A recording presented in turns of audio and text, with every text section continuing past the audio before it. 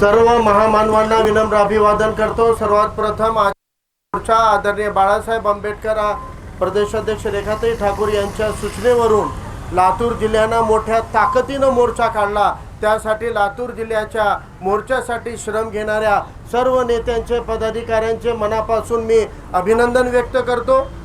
या मोर्चामध्ये सहभागी झालेले वंचित बहुजन आघाडीचे पदाधिकारी नसतानाही सामाजिक संघटनेमध्ये इतर संघटनेमध्ये काम करणारे सर्व संघटना आणि त्या संघटनेतले जे पदाधिकारी ज्यांनी पुढाकार घेऊन या मोर्चाला यशस्वी करण्यासाठी श्रम घेतलेले आहेत, अशा सर्व संघटनांचे पदाधिकाऱ्यांच्या नेत्याचे मनापासून मी आभार व्यक्त करतो।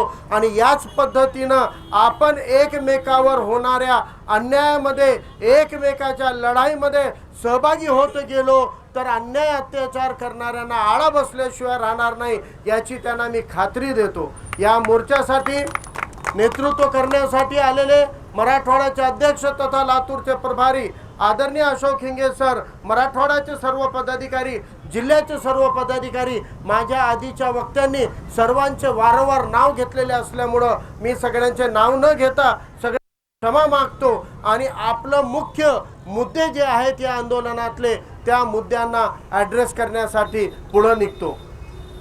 बांधवांनो आणि भगिनींनो, आदरणीय बाळासाहेब आंबेडकरांनी सामाजिक न्यायाच्या अनुषंगानं सामाजिक न्याय आणि संवैधानिक अधिकार आणि स्वातंत्र्य सुरक्षित ठेवण्याच्या हिशोबानं मुस्लिम समाजावर, मागास समाजावर होत असलेल्या या हल्ल्यांच्या विरोधामध्ये महाराष्ट्राच्या सर्व जिल्ह्यांमध्ये मुस्लिम समाजाचे मोर्चे काढण्याचा आदेश आपल्याला दिलेला आहे।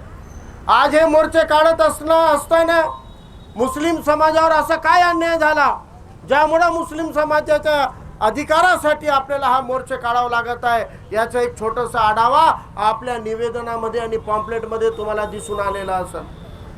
जसं अशोक हिंगे साहेबांनी सांगितलं, आज मुसलमानांवर देशभरामध्ये हल्ले होत आहेत, पण मुसलमानांवर हल्ले करणारे जातीवादी आहेत, मुसलमानांवर हल्ले करणारे विद्वेष पसरविणारे संघटना घटक आहेत, लोक आहेत। परंतु ज्या जरीन खानचा विषय इथं अशोक हिंगे साहेबांनी मांडलेला आहे, जरीन खान हा बीड जिल्ह्यामधल्या परळी मधला एक संशयित आरोपी म्हणून पोलिसांनी त्याला ताब्यात घेतलं। ताब्यात घेतल्यानंतर पोलीस स्टेशनला त्याला पकडून घेऊन गेले, घरातून रस्त्यावरून दुकानावरून त्याच्या मुलाला पकडून घेऊन गेले आणि एका तरुण पोराच्या समोर त्याच्या बापाला अमानुषपणे मारहाण केली। त्या मारहाणीमध्ये चक्कर येऊन तो खाली पडला, बेशुद्ध झाला। तो तडफडत असताना मुलगा म्हणत होता पोलिसांना, साहेब माझ्या बापाला दवाखान्यात घेऊन चला, साहेब माझा बाप मरत आहे, माझ्या बापाला वाचवा, त्याला घेऊन चला। पोलीसवाले याच्यावर उत्तर काय देत होते, काही होत नाही तुझ्या बापाला, नाटक करायला यांनी, आणि असं बोलून अजून त्याला लाथानी मारहाण करणं चालू ठेवलं। जेव्हा जरीन खानच्या तोंडातून फेस येऊ लागला तेव्हा पोलिसांनी त्याला दवाखान्यात घेऊन गेले, परंतु डॉक्टरांनी सांगितलं की त्याचं निधन झालेलं आहे। पोलिसांच्या ताब्यामध्ये जरीन खानची हत्या होते। द्वेष पसरवण्या संघटना, RSS ची कीड लागलेले मानसिकतेचे लोक मुसलमानांची मॉब लिंचिंग करतायत, ते मुद्दा वेगळा झाला। ते सामाजिक द्वेषातून होणारी मारहाण, मॉब लिंचिंग हाही मुद्दा आहे। परंतु या मॉब लिंचिंग पासून, हल्ल्यापासून, गुन्हेगारांच्या पासून संरक्षणासाठी माणूस ज्या पोलिसांच्या संरक्षणेमध्ये जातो, ज्या पोलिसांकडून आपल्या रक्षणाची अपेक्षा करतो, त्या पोलिसांच्या ताब्यात असताना अमानुषपणे जरीन खानची हत्या करण्यात येते। ही घटना घडली ना घडली 2 दिवसानंतर जळगाव जिल्ह्यामधल्या अंमळनेर तालुक्यामध्ये 2 मुलांच्या भांडणावरून 2 समूहामध्ये 2 गटामध्ये दगडफेक होते। या दगडफेकीमध्ये काही गुन्हेगार अटक होतात आणि तिथल्या एका नगरसेवकाच्या घरामध्ये पोलीस जाऊन विचारतात, ते नगरसेवक कुठे आहे? ते त्यांची आई सांगते की बाबा माझा मुलगा बाहेर गावी गेलेला आहे, 2 दिवस झाले नाही आहे। त्यांच्या घरामध्ये त्या नगरसेवकाचा मुलगा अशफाक सलीम नावाचा पायाला फ्रॅक्चर झालेला, पाय तुटलेला, 25 दिवसापासून घरामध्ये बेडवर पडलेला आहे. बाप भेटलं नाही म्हणून त्यांनी त्या अशफाक सलीमला घरातून उचलून घेऊन गेले. तुझा बाप नाही, तू चल. तो म्हणला साहेब माझ्या पायाला फ्रॅक्चर आहे, 25 दिवसापासून मी घराच्या बाहेर पडलो नाही. तरी त्याला उचलून घेऊन जाऊन त्यांनी त्या दगडफेकीचा आरोपी केलं. आरोपी करून पोलीस स्टेशन मध्ये त्याला 5 दिवसाची कोठडी भेटली आणि तिसऱ्या की चौथ्या दिवशी पोलिसांनी त्याच्यासोबत अमानुष मारहाण केली आणि त्या मारहाणीमध्ये अशफाक सलीमचा मृत्यू झाला. त्याची हत्या झाली. त्याला ऍडमिट केलं दवाखान्यात, वरच्या दवाखान्याला पाठवलं. डॉक्टर म्हणले वाचू शकत नाही, तो मेला. एक घटना नाही तर दुसरी घटना पण 2-4 दिवसाच्या अंतराने घडते आणि पोलिसांच्या ताब्यामध्ये अशफाक सलीम नावाचा एक तरुण मारला जातो. ज्या पोलिसांकडून आम्हाला संरक्षणाची अपेक्षा आहे, ज्या पोलिसांच्या बाजूने काम करण्यासाठी हजारो पुरोगामी आणि सुशिक्षित पुढारी आपापल्या समाजाला प्रबोधन करत आहेत, पोलिसांमधला आणि या मागास घटकांमधला अंतर कमी व्हावा यासाठी अनेक झटलेले आहेत. मला इथं पोलीस विभागाला सांगायचं आहे की तुम्ही एक गोष्ट समजून घ्या. ज्या समाजामध्ये एक अक्षर सहन केलं जात नव्हतं, पोलीस विभागाला माझं आव्हान आहे की माझं जे बोलणं आहे तुम्ही रेकॉर्ड करा. माझ्या आधीच्या वक्त्यांना कॅमेरा होता पोलीस विभागाचा, चालू करा, क्लोजअप घ्या आणि हे पोचवा, तुमच्या साहेब लोकांपर्यंत पोचवा आणि तुमचे सूत्र हातात घेतलेल्या देवेंद्र फडणवीस पर्यंत पोचवा. त्याला सांगा आम्ही ज्या बहुजन समाजातून येतोय, एक वाकडा शब्द जर कोणी बोलण्याची हिम्मत केली तर अख्खं गाव जाळून टाकण्याची हिम्मत या समाजामध्ये होती. इतका उपद्रव या समाजाचा होता. गेल्या 20 वर्षामध्ये आम्ही आमच्या लेकरांच्या हातामधून दगड आणि हत्यार हिसकावून लेखणी देण्याचं काम केलं होतं. त्यांना म्हणलं की दगड सोडा, हत्यार सोडा, लाट्या काट्या सोडा, हातामध्ये लेखणी घ्या. आमच्या मुलांच्या हातातले दगड दोरगे हिसकावून घेऊन लेखणी देण्याचं काम आम्ही केला. त्यांना सांगितलं कायद्यानं राहा, हा बाबासाहेबाचा संविधान तुमची सुरक्षा करायला सक्षम आहे. या संविधानाचा संरक्षणाचा आधार देऊन आम्ही आमच्या लेकरांच्या हातातल्या तलवारी हिसकावून लेखणी देण्याचं काम केलेलं आहे. आणि हे संविधानाच्या स्वातंत्र्याचं रक्षण करणं खाकी वर्दी घातलेल्या पोलिसांचं कर्तव्य आहे, ड्युटी आहे. तुमच्या अंगावर ही ताकद, खाकीची ताकद मोहन भागवतच्या RSS न नाही दिली. तुमच्या अंगावर, तुमच्या कमरेवर बंदूक ही मोहन भागवतच्या आणि विश्व हिंदू परिषदेच्या बजरंग दलाच्या टोळक्यावाल्यांनी नाही दिली. तुमच्या अंगावर खाकी, कमरेला बंदूक, हातात काठी डॉक्टर बाबासाहेब आंबेडकरांच्या संविधानाने दिलेली आहे. या देशातल्या सामान्य नागरिकांचं रक्षण करण्यासाठी दिलेली आहे. छोट्या छोट्या अल्पसंख्याक मागासलेल्या घटकांची सुरक्षा करण्यासाठी दिलेली आहे. गुंडागर्दी करण्यासाठी दिलेली नाही, दादागिरी करण्यासाठी दिलेली नाही. ही गोष्ट समजून घ्या. जर तुम्ही संविधानाच्या चौकटीत राहून या वर्दीचं, या खाकीचं कर्तव्य पार पाडाल तर आमचा बहुजन समाज संविधान प्रेमी म्हणून कायद्यानं वागायला तयार आहे. परंतु तुम्ही कोणत्या गुन्ह्यासाठी कोणाला काय शिक्षा देता? एक निवेदन देण्यासाठी, एक मोर्चा काढण्यासाठी वंचित बहुजन आघाडीच्या पदाधिकाऱ्यांना गेल्या 4 दिवसापासून दबावामध्ये घेत आहात, त्यांना भीती निर्माण करत आहात. आमच्या निवेदनाची तुम्हाला भीती का वाटू लागली? आमच्या मोर्चाची तुम्हाला भीती का वाटू लागली? काय आमच्या मोर्चामध्ये आहे? काय आमच्या निवेदनामध्ये आहे? काय आमच्या मागण्या आहेत? अरे तुम्हाला जर इतकं भीती वाटत असेल, तुम्हाला तुमच्या कृतीची इतकी लाज वाटत असेल तर तुम्हाला ज्या दिवशी या रेणापूर मधला गिरीधारी तपघाले आपल्यावर हल्ला झाला म्हणून पोलीस स्टेशनला न्याय मागायला गेला, सावकारांनी माझ्यावर हल्ला केला म्हणून तुम्ही त्याचा गुन्हा दाखल करून त्या सावकाराला जेरबंद केला असतं तर आज गिरीधारी तपघाले जिवंत राहिला असता. तुम्ही तुमच्या कर्तव्यामध्ये कसूर केलात, तुम्ही तुमचं कर्तव्य पार नाही पाडलात। एक मातंग बांधव आमचा जीवाशी गेला, 8 दिवसानंतर त्याच सावकारांनी घरात घुसून त्याची हत्या केली। हे कृती करताना, आपल्या कर्तव्यात कसूर करताना तुम्हाला लाज नाही वाटली, कायद्याची भीती नाही वाटली? वंचितच्या मोर्चानं भीती वाटते का? वंचितच्या मोर्चावर लाज वाटते का? या देशामध्ये राहणाऱ्या प्रत्येकाला या संविधानानं अभिव्यक्ती स्वातंत्र्य दिलेलं आहे। आज स्वातंत्र्य साबूत आहे। मला प्रशासनाला सांगायचं आहे, आज तुमच्या मोहन भागवतची मनमानी चालू शकत नाही। आजही या देशावर संविधान लागू आहे। या देशाचा सगळा कारभार हे मोदीचे आणि मोहन भागवतच्या मर्जीनं नाही, डॉक्टर बाबासाहेब आंबेडकरांच्या संविधानानं चालणार आहे।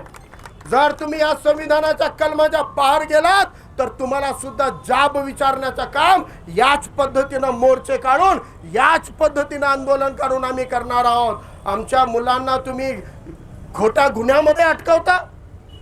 आता माझ्या एका तरुण मित्रानं सांगितलं, तुम्हाला जर एखादा फोटो बघून तुमच्या भावना दुखत असेल तर या देशानं ज्याला राष्ट्रपिता म्हणलेला आहे त्या महात्मा गांधीच्या मारेकऱ्याचा उदो उदो करणाऱ्या गोडसेचे फोटो, नाचवणाऱ्यांच्या फोटो बघून आमच्याही भावना दुखावतात, परंतु आम्ही कधी त्यांच्यावर गुन्हे दाखल केले नाही। एवढं संयमित राहण्याचं काम इथल्या छोट्या छोट्या समाजानं केलेलं आहे, इथल्या गांधी प्रेमींनी केलेलं आहे।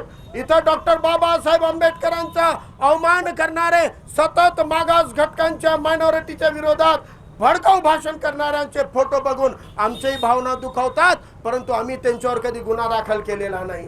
आज तुमच्या भावना का दुखावत आहेत? इथं माझ्या तरुण मित्रांना सांगितलं, महाराष्ट्रातल्या कोणत्याही मुसलमानानं कोणत्याही अशा मुस्लिम राजाचा उदो उदो केलेला नाही ज्या मुस्लिम राजाबद्दल चुकीच्या का होईना, खोट्या का होईना, या इतिहासामुळं आमच्या हिंदू बांधवांच्या मनामध्ये जर नाराजगी आहे, राग आहे, तर आम्ही त्यांचा उदो उदो केलेला नाही आहे। मी विचारू इच्छितो, महाराष्ट्रामध्ये 12-13 कोटी लोकसंख्या आहे।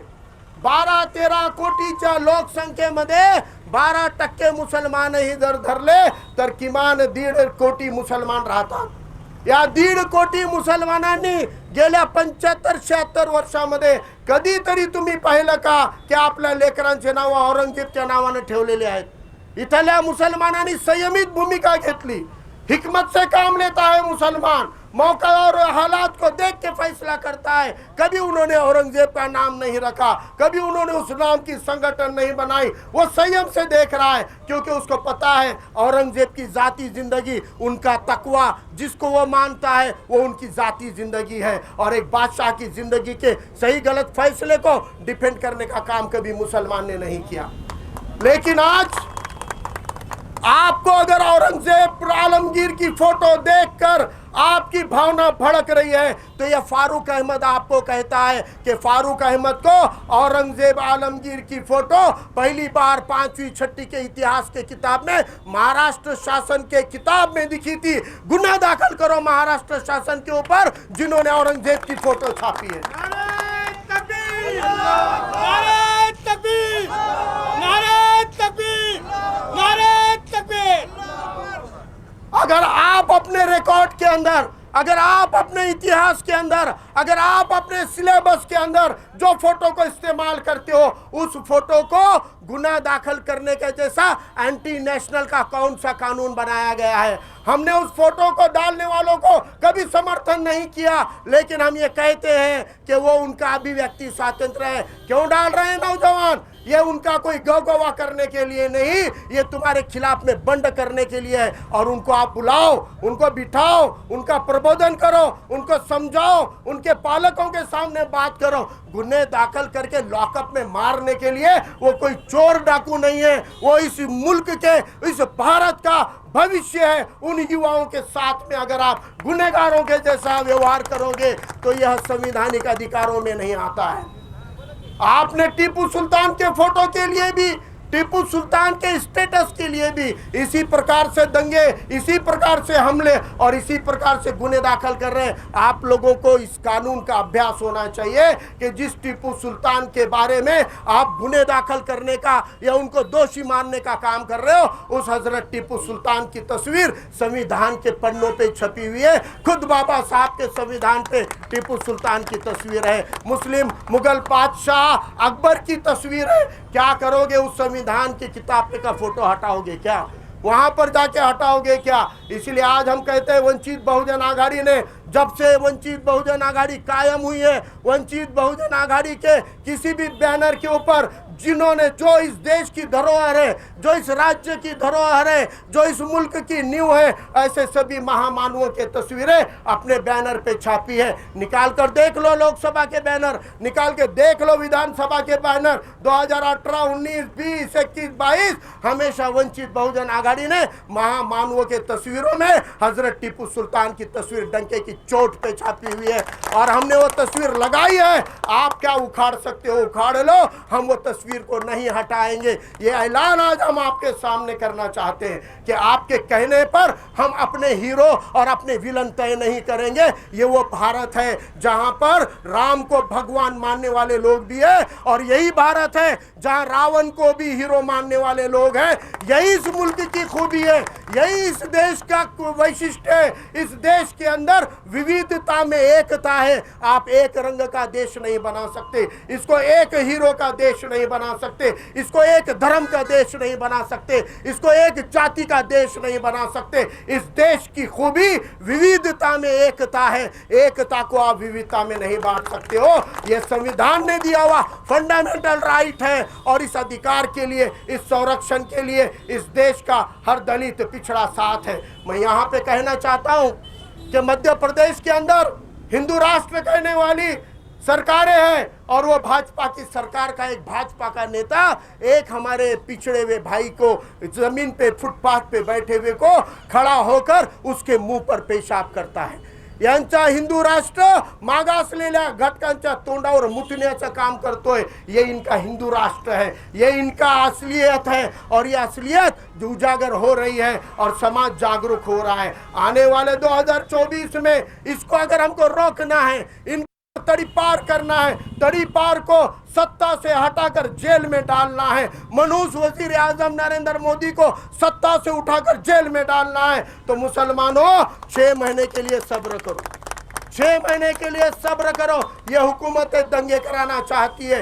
ये हुकूमतें तुमसे पत्थरबाजी कराना चाहती है। बस सिर्फ 6 से 8 महीने रह गए।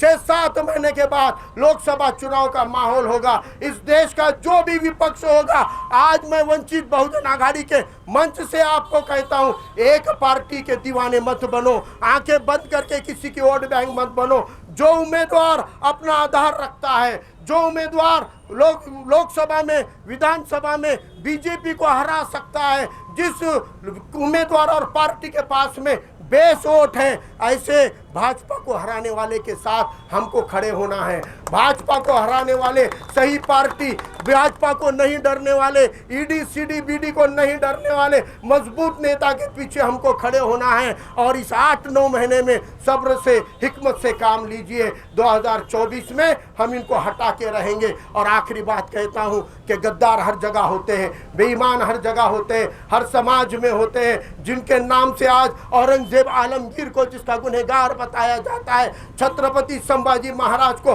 पकड़वा कर देने वाला कोई मुसलमान नहीं था। वो कोई मुसलमान नहीं था, वो कोई पिछड़ा हुआ 18 पगड़ जाति का नहीं था। वो तुम्हारे ही जाति का, तुम्हारे ही धर्म का, तुम्हारा ही खून था, तुम्हारा ही रिश्तेदार था और उसका नाम गनोजी शिर्के था। उस दौर में भी गद्दारी करने वाला जो गनोजी शिर्के था, आज उद्धव ठाकरे की सरकार को गद्दारी करने वाला गनोजी शिर्के कौन है? आज शरद पवार की राष्ट्रवादी में गद्दारी करने वाला गनोजी शिर्के कौन है? अरे मुसलमानों को और पिछड़ों को बदनाम करते हो, अपने अंदर झांको। बेईमान और गद्दार तुम में भरे पड़े हैं। अपने गद्दारों का, अपने जय चंदों का इंतजाम करो, अपने जय चंदों का पहले बंदोबस्त करो, उसके बाद में तुम दूसरों के अनुविरोध करने को सामने आओ। ये देश के अंदर आप धर्म जाति व्यक्ति के नाम से झगड़ा लगाओगे तो संविधान को हथियार बनाकर रास्ते पे उतरने का काम अली जनाब प्रकाश अंबेडकर साहब की क़यादत में वंचित बहुजन आघाड़ी ने किया है, कर रही है और इंशाल्लाह आने वाले दौर में करेगी। और जय भीम के नारों से हम सभी फिरका परस्तों को ठिकाने लगा के रहेंगे, इतना ऐलान करता हूं और आप सभी को मुबारकबाद देता हूं और पुलिस प्रशासन को आगाह करता हूं। आज जिन्होंने बंदोबस्त दिया मैं उन पुलिस वालों का शुक्रिया अदा करता हूं, लेकिन जिन्होंने दबाव बनाकर मोर्चे को नाकाम करना चाहा था मैं उनको चैलेंज करता हूं कि कौन से कानून से आप हमारा मोर्चा रोक रहे थे, वो कानून की दफाएं बताओ। आज शाम तक वंचित बहुजन आघाड़ी का बाड़ा साहब का सैनिक आपके लातूर में खड़ा है, अगर आप में दम है तो हमको कार्रवाई करके बताओ। आज शाम तक हम आपका इंतजार करेंगे और आपको ये सभी को मैं विनती करता हूं, अब एक हो जाइए।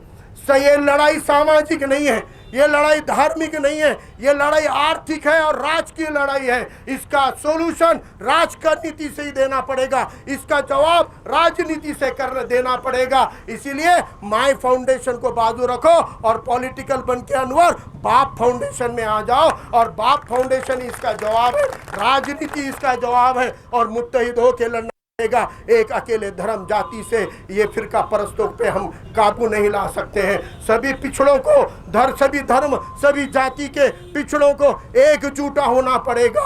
हम मुत्तहिद हो जाएंगे तो ही लड़ पाएंगे। अपने अंदर कांग्रेस की दलाली करने वाले गद्दारों को पहचानो और ये सुन लो, बेज़मीरों से, सियाकारों से, मक्कारों से फायदा कुछ नहीं है। गिरती हुई दीवारों से, अपने दुश्मन से कोई डर नहीं लगता है। हमें डर तो लगता है फकत कौम के गद्दारों से। ऐसे गद्दारों से सावधान रहिए और जय भीम के इस इत्तेहाद को हर गली मोहल्ले तक पहुंचाइए। आपसे इतनी विनती करता हूं, जगा लेता हूं। अल्लाह हाफिज। जय भीम।